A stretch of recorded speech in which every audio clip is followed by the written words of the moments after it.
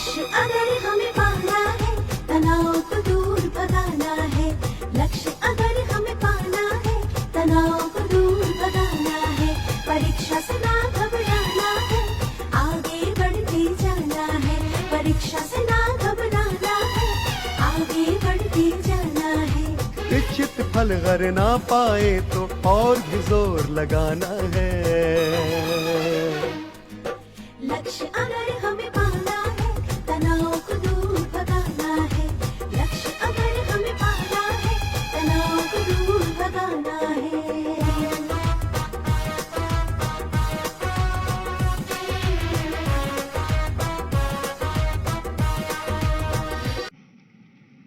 माननीय प्रधानमंत्री जी, इतनी सरलता एवं गहराई से जीवन मूल्यों की प्रेरणा पर आपका कोटि कोटि धन्यवाद।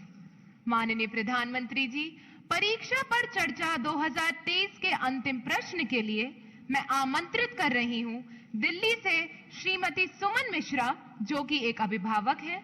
वे सभागार में उपस्थित है और आपसे अपनी जिज्ञासा का समाधान चाहती हैं। मैम, कृपया अपना प्रश्न पूछिए। Good morning, Honorable Prime Minister. Myself, Suman Mishra. Sir, I seek your advice on how should a student behave in a society. Thank you, sir.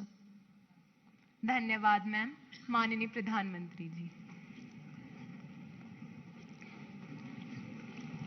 Student society में कैसे बिहेव करे, यही पूछना है ना आपको।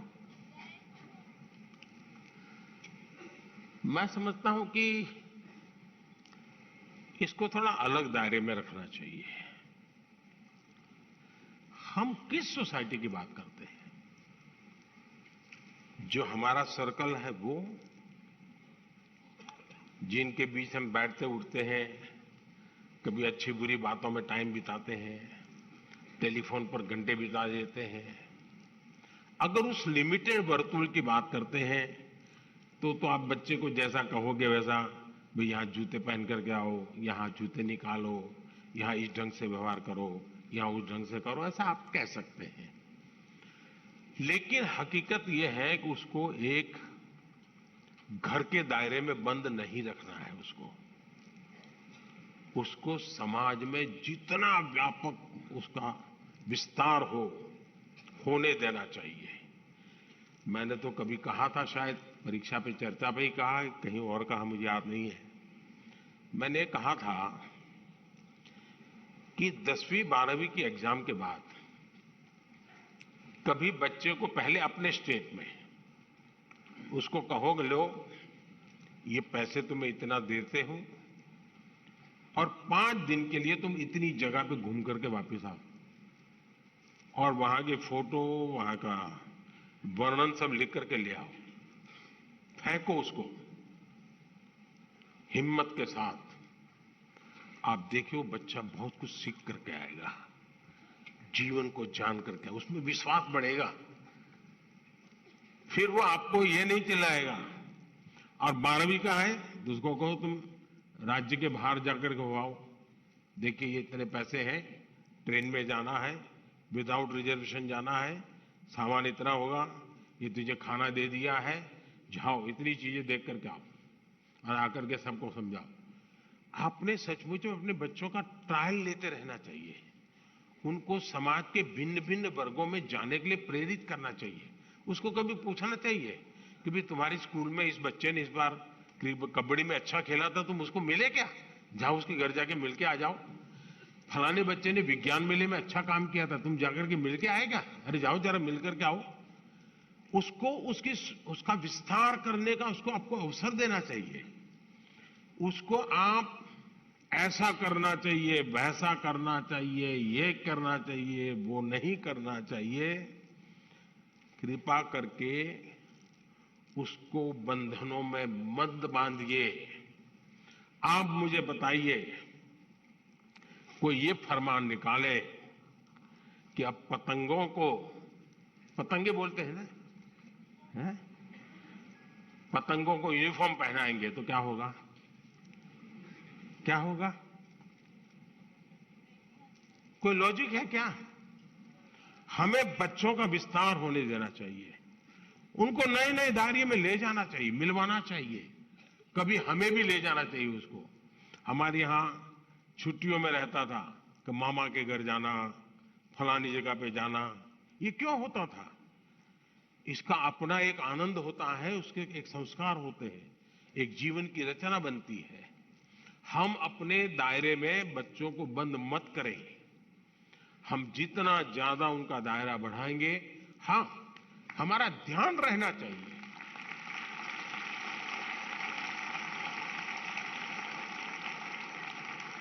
हमारा ध्यान रहना चाहिए कि उसकी आदतें कहीं खराब तो नहीं हो रही है, कमरे में खोया हुआ तो नहीं रहता है, उदासीन तो नहीं रहता है। पहले भोजन पे बैठता था तो कितनी हंसी मजाक करता था, आजकल हंसी मजाक बंद कर दी। क्या प्रॉब्लम है?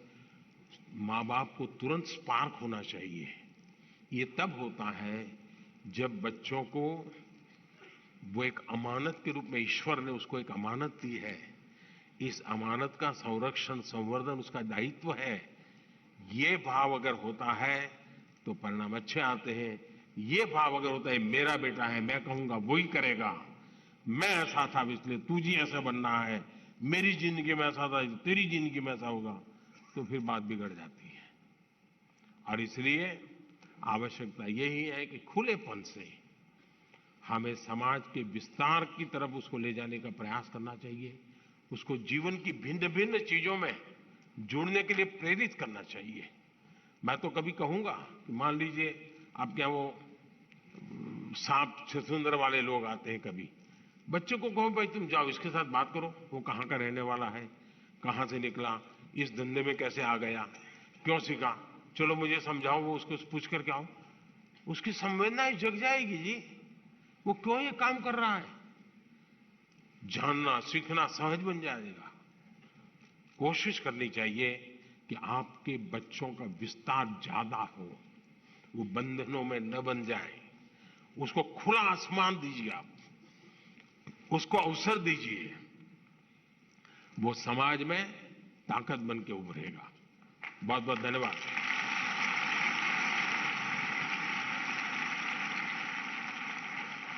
Thank you, Honorable Prime Minister, sir, for your inspirational insights in matters that had been concerning many exam warriors, and for making exams not a reason to worry, but a season to celebrate and enjoy. This brings us to the culmination of a spectacular event that was a symphony of inspiration and encouragement, a melody of memories that will forever resonate within our hearts. We extend our deepest thanks and gratitude to the Honorable Prime Minister for gracing this hall with his presence and infusing us with his radiant spirit. प्रधानमंत्री जी द्वारा परीक्षा पे चर्चा ने हमारे जैसे करोड़ों बच्चों की बेचैनी, घबराहट एवं हार मानने की प्रवृत्ति को उत्साह, उमंग एवं सफलता की ललक में बदल दिया है। धन्यवाद माननीय प्रधानमंत्री जी, कोटि कोटि धन्यवाद।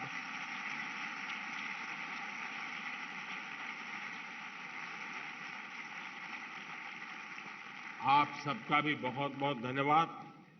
और मैं जरूर चाहूंगा कि हमारे विद्यार्थी, हमारे अभिभावक, हमारे टीचर्स ये अपने जीवन में तय करें कि परीक्षा का जो बोझ बढ़ता चला जा रहा है, एक वातावरण क्रिएट हो रहा है, उसको जितना ज्यादा हम डाइल्यूट कर सकते हैं करना चाहिए।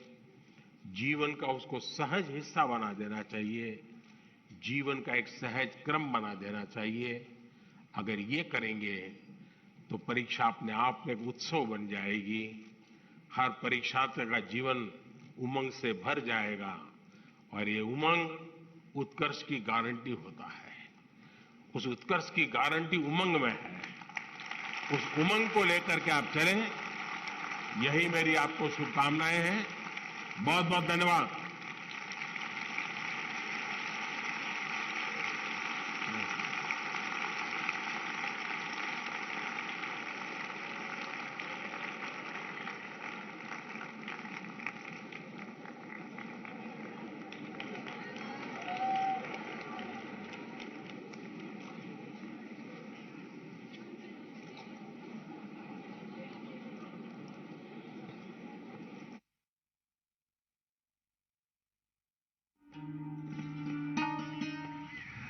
माननीय प्रधानमंत्री जी ने इस बात पर बल दिया कि हम सभी मिलकर एक ऐसा वातावरण बनाएं कि जानना, सीखना विद्यार्थी के लिए सहज हो जाए। उसे एक खुला आसमान दें, उसे अवसर दें।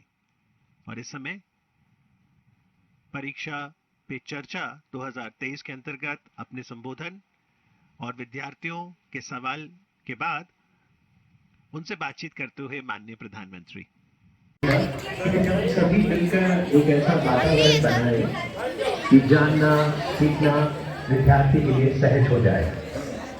उसे एक खुला आसमान दें, उसे दें। और इस समय परीक्षा पे अपने संबोधन के सवाल के बाद उनसे बातचीत करते हुए माननीय प्रधानमंत्री अलग अलग 9वीं से 10वीं कक्षा के विद्यार्थी